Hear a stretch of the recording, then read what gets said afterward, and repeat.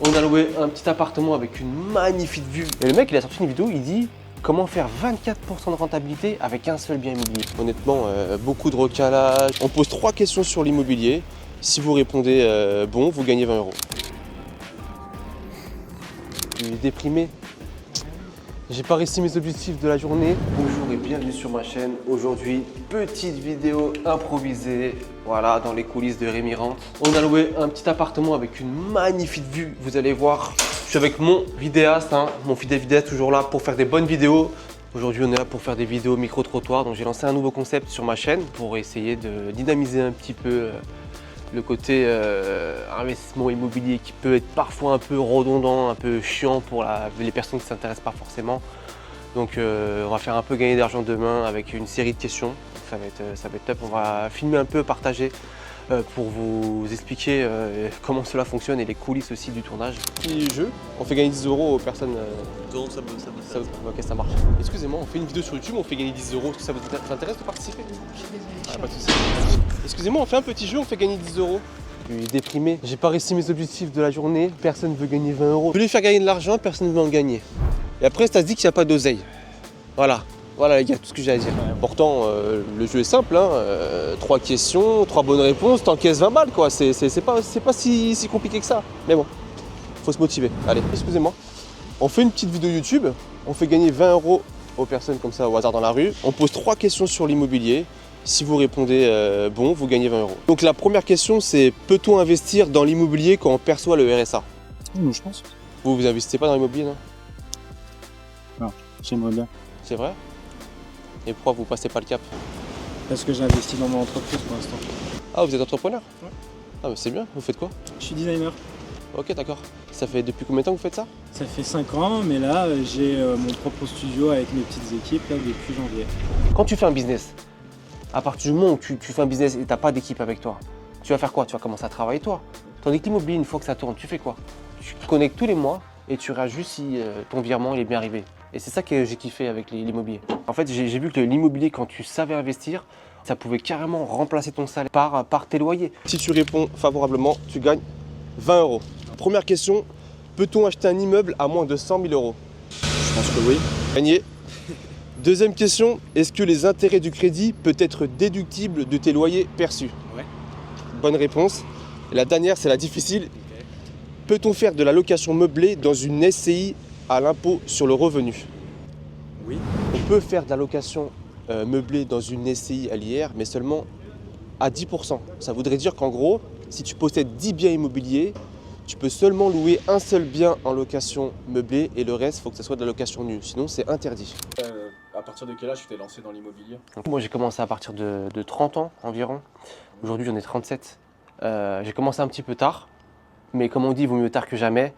Après, voilà, c'est pourquoi j'ai commencé à 30 ans et pas à 20 ans. Bah, je pense que la première chose, c'est l'entourage en fait.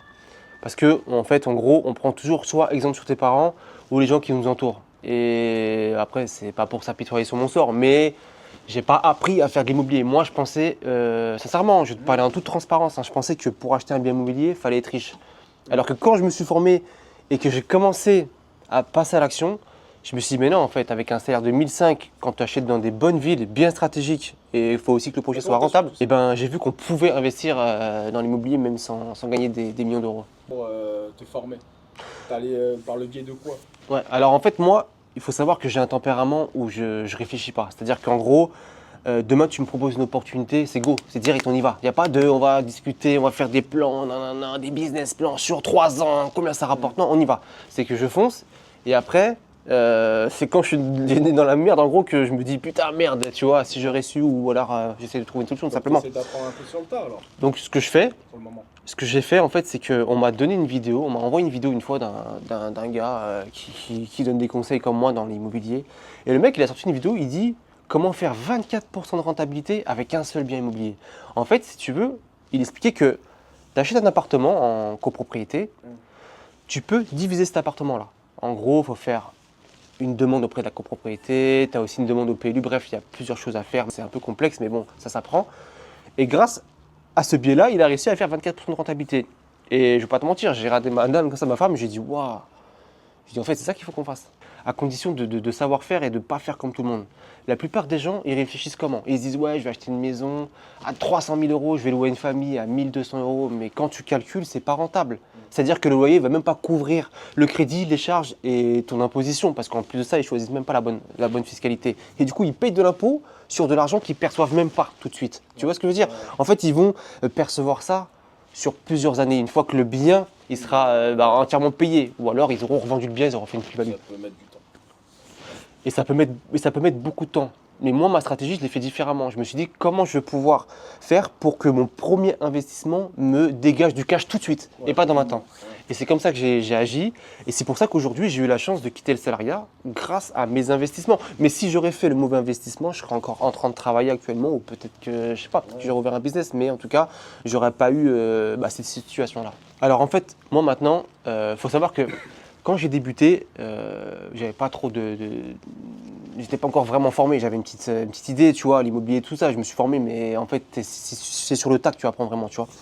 Donc, en gros, déjà, je voulais être propriétaire de ma résidence principale pour pouvoir effacer le loyer, tu vois, j'en ai marre de payer un loyer à un propriétaire, tout simplement. Mais j'ai réfléchi comme un investisseur. En gros, et j'ai agi aussi comme un investisseur, c'est que j'ai acheté une petite maison à travaux, beaucoup de travaux, et à côté de ma maison, dans le même terrain, une petite dépendance.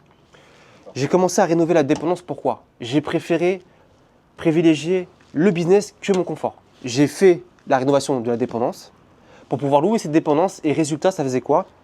Le loyer, tous les loyers que je générais sur Airbnb Booking, ça me payait l'intégralité de mon crédit de ma résidence principale, plus toutes mes charges. Je faisais à peu près 1200-1300 avec une petite maison de 20 mètres carrés avec un terrain de 5 mètres carrés. Et ensuite, je me suis dit, wow, mais c'est un truc de fou. Attends, comment ça? Je fais pratiquement rien, j'encaisse 1200-1300 euros par mois. Et ensuite, je me suis dit quoi? Bon, attends, je m'enflamme pas, j'ai pas encore trop d'expérience. Je vais essayer de reproduire la même chose, mais pour un petit appartement. J'ai pas pris de risque. C'est pas facile non plus de se faire financer. Donc, je suis parti sur un petit appartement. Je l'ai acheté 36 500 euros. Donc, tu vois, une personne au SMIC, il peut se payer tous les jours un appartement comme celui-ci, tu vois. Et j'ai fait la même chose, location saisonnière. Et avec les deux locations, je faisais pratiquement 2600 euros par mois. Une fois que j'ai acheté mon appartement, je me suis dit, je vais passer à une étape supérieure. J'ai acheté un immeuble de rapport. Je vais essayer de la location annuelle parce que, voilà, j'ai voulu tester. Et il faut savoir aussi que tout l'immeuble était loué, donc ça c'est bien pour le financement auprès de la banque, c'est plus simple parce que la banque peut calculer tout de suite un chiffre. Même si la banque inclut les futurs loyers quand c'est vide, mais c'est beaucoup plus safe on va dire pour la banque. Du coup, le projet était rentable, hein. Là actuellement c'est 1680 de loyer, 670 euros de crédit, 1000 euros d'état, voilà c'est très rentable, c'est en location annuelle, j'ai pas grand chose à faire. Donc j'ai testé ce produit-là, c'était mon seul immeuble de rapport où j'ai loué en location annuelle. Maintenant je suis passé sur de la full location saisonnière parce que c'est beaucoup plus rentable. Sachant qu'en plus tu peux déléguer, ça prend un peu plus de temps mais tu peux déléguer. Tu as délégué au bout de combien de temps tout ça? Ça a mis combien d'années? Alors au début, j'ai été un petit peu l'investisseur qui se dit ouais mais si je délègue le ménage, si je délègue à une conciergerie j'aurai moins de rentabilité. En fait, j'ai commencé à faire les ménages moi-même, mais je me suis vite rendu à l'évidence. Je me suis dit, c'est pas en économisant 1000 euros que je vais devenir riche en fait. J'ai préféré gagner moins, déléguer pour gagner du temps, pour développer des business en parallèle. Et en fait, tu te rends vite compte qu'en développant des business, les 1000-1500 euros que j'ai voulu économiser sur mon immeuble en prestation de service, je les rattrape sur le business en fait, parce que je gagne du temps et donc je peux développer d'autres business en parallèle. La vidéo est maintenant terminée, j'espère qu'elle vous a plu. Mettez-moi un petit like, un petit commentaire, abonnez-vous à ma chaîne, je vous dis à bientôt pour la prochaine vidéo. Ciao!